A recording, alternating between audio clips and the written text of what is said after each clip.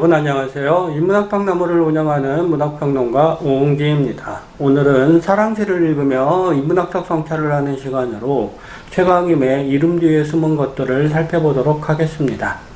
사람들은 늘 사물에 덧붙은 이름에 집착하지요. 정작 사물 자체에는 관심이 없고요. 시인은 아무런 목적이 없는 만남, 곧 사랑에 대해 이야기합니다. 어떤 목적을 실현하기 위한 수단으로 사랑을 이용하는 현대인들의 행태를 생각한다면 시인이 이 시에서 이야기하는 사랑은 분명 이름 뒤에 숨은 사물의 본성과 연동되어 있다고 할 것입니다. 이 시를 읽으며 사랑이 왜 이름 뒤에 숨은 사물에 관심을 기울이는 일이 될 수 있는지 깊이 있게 사유해 보시기 바랍니다. 먼저 시를 읽어보도록 하겠습니다. 그러니까 너와의 만남에는 목적이 없었다. 그러므로 헤어짐에도 이유가 없다. 우리는 오래전 떠나온 이승의 유목민, 오던 길 가던 길로 그냥 가면 된다. 그래야만 비로소 너와 나 들꽃이 되는 것이다. 달이 부푼 가을 들판을 가로질러 가면 구절초밥 꽃잎들 제 스스로 사귀는 밤은 또 얼마나 깊은지, 어디로 와서 어디로 가는지 서로 묻지 않으며 다만 그곳에 났으므로 그곳에 있을 뿐 다행이다.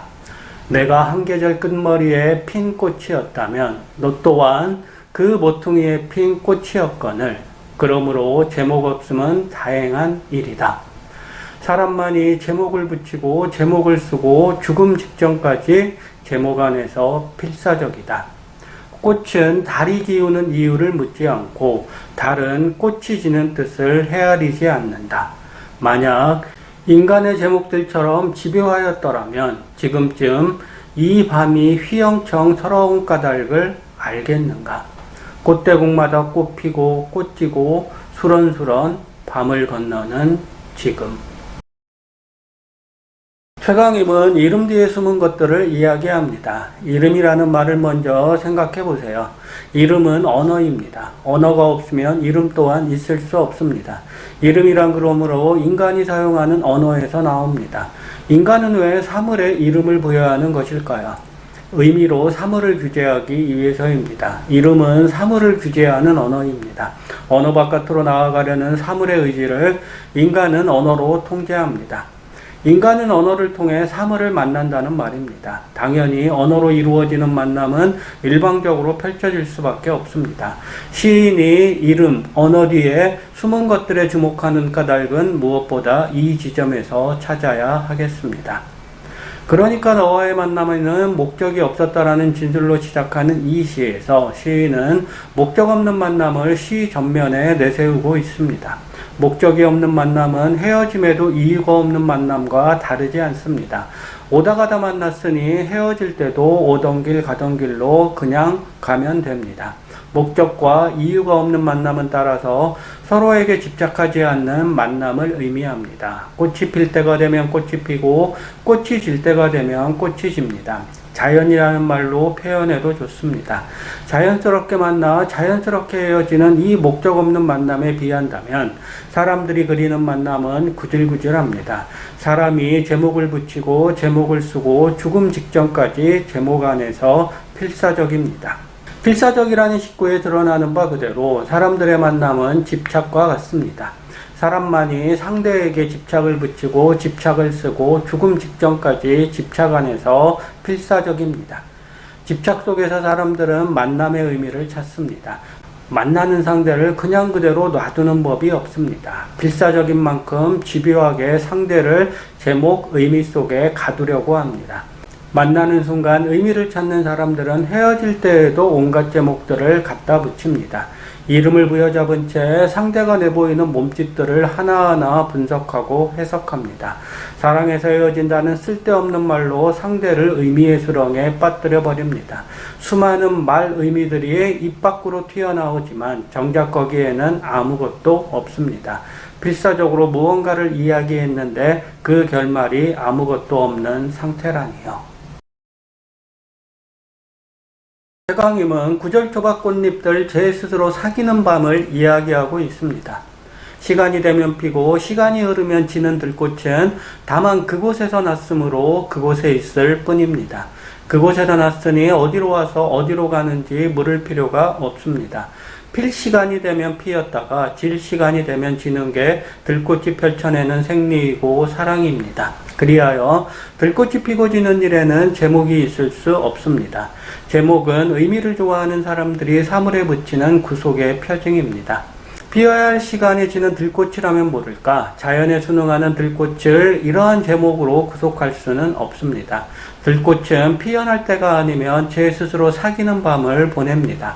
자기 내면을 한없이 들여다보는 것입니다. 달리 무엇을 할까요? 들꽃은 그곳에서 났으니 그곳에서 살아갈 따름입니다. 물론 들꽃이 피어나는 이런 삶을 운명주의라는 말로 비판할 수 있습니다. 들꽃은 제 운명을 벗어날 수 없지만 사람은 제 운명과 맞서 싸우며 새로운 제목, 의미를 만들어냄으로써 들꽃에 내포된 운명주의를 벗어난다고 생각할 수도 있습니다.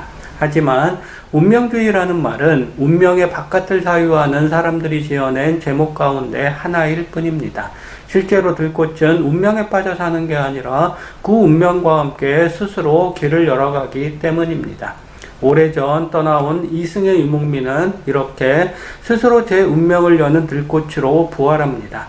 유목민은 한 곳에 정주하지 않는 관습으로 운명 속에서 운명과 맞서는 길을 걷습니다. 필 때가 되면 피고 질 때가 되면 지는 들꽃 유목민이 반복하는 일상은 사실 제 스스로 사귀는 밤에서 뻗어나오고 있습니다. 시인이 말한 대로 꽃은 달이 기우는 이유를 묻지 않고 달은 꽃이 지는 뜻을 헤아리지 않습니다. 달이 기우는 뜻은 자연이 내보이는 시간이라는 데서 꽃이 그 시간을 벗어날 수 없는 건 분명해 보입니다. 그러나 이 분명한 사실과 마주하고도 들꽃은 그 시간에 집착하지 않습니다. 떠날 때가 되면 주저하지 않고 떠날 줄 압니다. 제목에 집착하는 인간들은 떠난 사람을 향해 지독한 서러움을 내뱉습니다.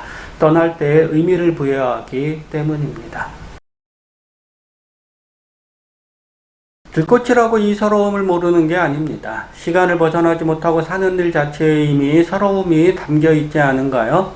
그런데 들꽃이 표현하는 서러움은 제목에 집착하는 사람들이 표현하는 서러움과는 다릅니다. 들꽃은 달이 기우는 뜻을 분명히 알고 있습니다. 달이 기우는 뜻은 시간이 흐르는 원리를 그대로 드러냅니다. 시간의 맥락에서 보면 꽃이 피고 지는 일은 한순간에 일어납니다. 사람들은 그 순간이 싫어 끊임없이 거기에 제목을 붙이며 발악하지만 들꽃은 그러한 제목들이 아무것도 아닌 일임을 자연 속에서 이미 체득했습니다. 요컨대 들꽃은 달이 기우는 뜻을 알기에 필 때가 되면 피고 질 때가 되면 집니다. 들꽃이 실천하는 제목이 없는 삶은 이렇게 이름 뒤에 숨은 것들이 사는 삶을 분명히 보여줍니다. 들꽃은 헛된 이름 의미에 들뜨지 않습니다. 집요하게 사랑을 갈망하지도 않습니다. 가면 가고 오면 오는 마음으로 들꽃은 달이 기우는 뜻으로 살아갑니다. 최강임은 우리가 필사적으로 좇는 이름 뒤에 또 다른 이름으로 숨어있는 존재들을 보고 있습니다. 그녀는 사랑에 집착하지 않는 마음으로 사랑을 합니다. 한 계절 끝머리의 핀 꽃이 모퉁이의 핀 꽃을 만나버리는 목적 없는 사랑으로 그녀는 들꽃처럼 제목에 집착하지 않는 삶을 살려고 합니다. 달이 기우는 뜻을 헤아린다고 달이 기울지 않는 것은 아닙니다. 달이 기우는 뜻은 자연과 연관되어 있다는 말입니다. 자연을 벗어난 사랑으로 하여 웃고 우는 사람들 앞에 시인은 들꽃이 피어내는 목적 없는 사랑을 내세웁니다. 달이 기울면 꽃대국마다 꽃이 피고 꽃이 집니다. 수란수란이라는 시어가 암시하거니와 시인은 시간 속에서 들꽃이 피어내는 숨결에 시선을 집중하고 있습니다. 들꽃은 수란되며 지금 밤을 건너고 있습니다. 시인 또한 들꽃이 수란되는 소리를 들으며 밤을 건너고 있습니다. 함께 밤을 건너고 있지만 그들은 서로 어디서 와서 어디로 가는지 묻지 않습니다. 다만 이름 뒤에 숨은 것들이 내는 숨결만 가만히 들을 뿐입니다. 목적이 없고 제목이 없는 사랑은 이렇게 해서 이루어지는 것입니다.